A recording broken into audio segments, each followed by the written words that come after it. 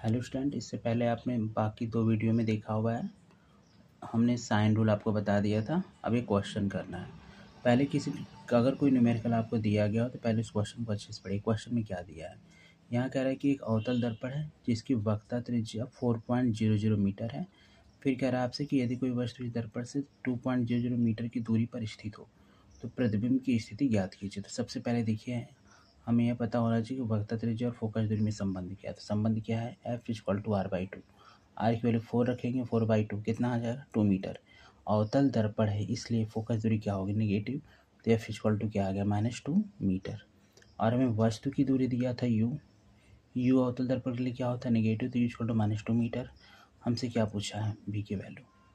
हमें फार्मूला पता है, 1/F = 1/U + 1/V। तो यहाँ से 1/V = हो जाएगा 1/F - 1/U। हमने F की वैल्यू रख दी, U की वैल्यू -2 रखा तो माइनस माइनस प्लस हो गया। नीचे आप देख रहे हो कि हमें ऐसा फ्रैक्शन मिल गया, कैसा भिन्न मिल गया जिसका हर क्या है? समान है। तो नीचे 2 लिखेंगे, -1 + 1 करेंगे, कितना आ जाएगा? 0/2। अब यहाँ पे आप 0 आंसर नहीं दोगे, क्रॉस मल्टीप्लिकेशन करोगे बेटा। तो V = आ जाएगा 2/0।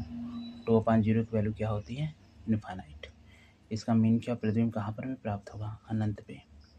आपको बेटा सेम इसी तरह के क्वेश्चन करना है, बिल्कुल ध्यान से। अगर ये समझ में आया होगा तो आप इसको ज़रूर करें और आंसर कमेंट में दें। किसी वस्तु को एक 12 सेंटीमीटर फोकस दूरी वाले अवतल दर्पण के सामने 26 सेंटीमीटर की दूरी पर उसके मुख्य अक्ष पर रखा गया। इसका प्रतिबिंब कहाँ पर बनेगा? क्या दिया आपको? फोकस दूरी है 12 सेंटीमीटर। आप जानते हो अवतल दर्पण की फोकस दूरी क्या होती है? नेगेटिव होती है, ध्यान दे लेना। फिर अवतल दर्पण के सामने 26 सेंटीमीटर दूरी पर रखा। 26 सेंटीमीटर दूरी क्या है? आपका 26 सेंटीमीटर दिया हुआ नहीं है, क्या दिया है?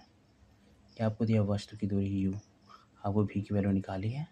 इसे खुद से करें और कमेंट करें आंसर में।